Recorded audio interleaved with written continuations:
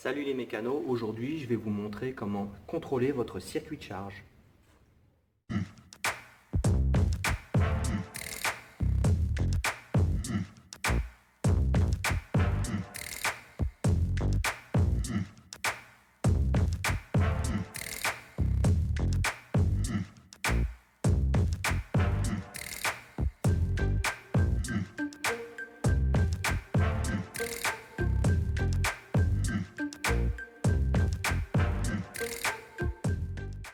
Les amis, je suis très content de vous retrouver pour cette nouvelle vidéo. Aujourd'hui, je vais vous montrer comment on contrôle son circuit de charge et sa batterie. Et je vous montre tout ça tout de suite en vidéo.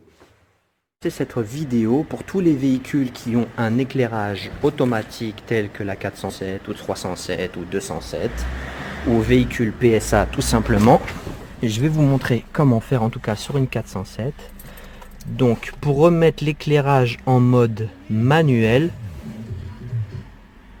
vous allez partir sur le mode menu, personnalisation et configuration, définir les paramètres véhicule, éclairage et signalisation.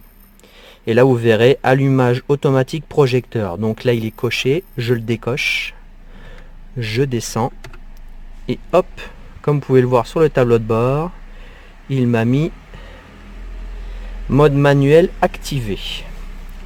Maintenant, nous allons pouvoir tester la batterie. C'est parti, je vous mets le ohmmètre de façon à ce que vous puissiez le lire. Alors, nous allumons le ohmmètre et puis là, nous allons contrôler tout de suite déjà la batterie pour commencer. Je mets mon petit stylet noir sur le moins, mon petit stylet rouge sur le plus. Donc, il me donne 12 volts 36. Donc c'est une très très bonne valeur. Donc à la base c'est une batterie 12 volts, donc RAS, tout va bien. Passons à la suite. Pour continuer le test, là nous venons de tester la batterie. Comme vous pouvez le voir, ma batterie est une batterie sans entretien.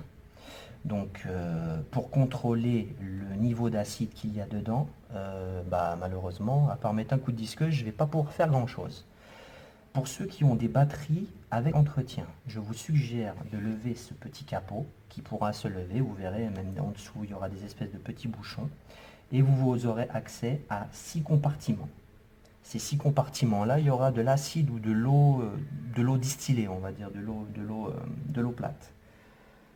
Donc, via tout ça, vous remettez de l'eau dans ces compartiments pour prévenir de l'hiver, parce que là l'hiver arrive les enfants, les batteries vont commencer à être durement sollicitées, surtout l'hiver. Donc il est vraiment préférable de faire l'entretien de sa batterie, c'est-à-dire faire les niveaux et vérifier son circuit de charge, voir si son alternateur n'a pas de défaillance, ne pourrait pas avoir de défaillance, tout simplement. Donc c'est parti, je vais mettre en route le véhicule.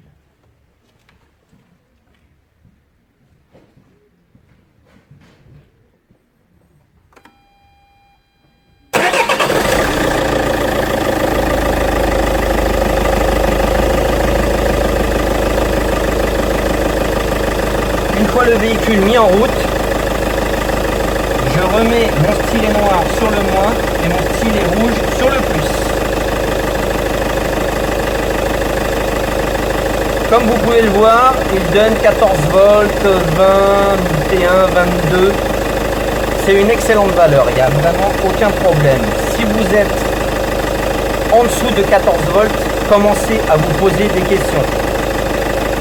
Si vous êtes aux alentours de 12-13 volts, c'est que votre alternateur commence à fatiguer, tout simplement. Faire un autre test, c'est le test ultime. C'est simple, vous mettez en route votre véhicule et vous allumez tout ce qu'il y a à allumer à l'intérieur de l'habitacle. Aussi bien le chauffage, l'éclairage, anti-brouillard avant, anti-brouillard arrière, vous allumez tout. Vous allumez tout, la climatisation, vous mettez tout à fond de balle. Et après je vous montre vis-à-vis des valeurs, qu'est-ce qui se passe. Je mets en route le véhicule, c'est parti.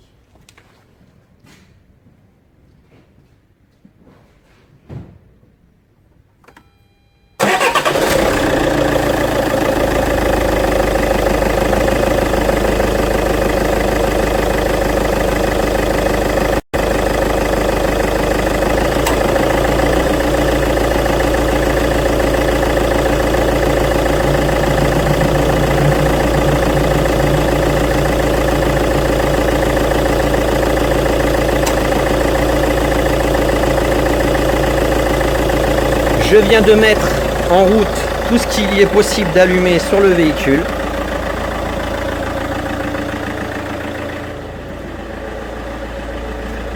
J'ai même mis la clim en route pour vous montrer. Je l'ai mis en mode auto à 23 degrés, or il fait 18 degrés au sous-sol. Anti-brouillard arrière. J'ai les veilleuses, enfin tout quoi. Tous les consommables, tous les consommateurs d'électricité, je les ai allumés. Là maintenant, nous allons voir les valeurs qu'il nous dit. Le stylet noir sur la borne moins, le stylet plus, le stylet rouge sur la borne plus. Comme vous pouvez le voir, je ne suis pas descendu en dessous de 14 volts. 14, 12, 14, 13, c'est parfait. Donc cela veut dire que ma poulie débrayable fonctionne très très bien. D'ailleurs, je l'ai changé il y a à peine 10 000 km quand j'ai fait ma distribution. Donc RAS vis-à-vis du circuit de charge. Si vous avez les mêmes valeurs au moment du contrôle, ne vous faites pas de soucis, tout va bien. N'oubliez pas les mécanos, n'oubliez pas de vous munir d'un ohmmètre, d'un voltmètre, c'est-à-dire d'un voltmètre. Et vous verrez que toutes vos valeurs seront bien exactes, ça vaut entre 20 et 30 euros, c'est pas très excessif. Sinon, pour ceux qui ne veulent pas acheter un voltmètre comme celui-ci, achetez un testeur avec écran digital. Par contre, ça sera un petit peu plus onéreux que ce gros boîtier-là. C'est vrai, ça prend de la place, mais c'est pas très cher. Ça vaut une trentaine d'euros, c'est pas excessif. Et vous verrez qu'il vous dépatouillera de plein de bonnes choses. Si votre véhicule et que vous voyez que vos valeurs sont inférieures à 13, voire à 13, 14, même 12 volts, vous avez vraiment un très gros problème. Soit votre alternateur est d'ancienne génération et il y a un régulateur de charge dessus, cela veut dire qu'il est en train de lâcher. Si vous avez comme moi un alternateur avec poulie débrayable, cela voudra dire que votre poulie débrayable est en train de lâcher aussi. Ça ne veut pas dire que votre courroie va partir, mais ça veut dire que la poulie débrayable ne fait plus son job comme il le faudrait. En règle générale, la poulie débrayable se change au moment de la distribution. La distribution sur 407, c'est soit 10 ans ou 240 000 km. Or, ma voiture est de 2005, je l'ai fait en 2016, j'ai déjà gratté un an, mais je l'ai changé en même temps que ma distribution. Au moins comme ça, je suis tranquille. Vous vous référez à la référence de votre alternateur, car sur 407, il y a deux modèles. Je ne saurais plus lesquels vous dire, mais il y a deux modèles sur 407.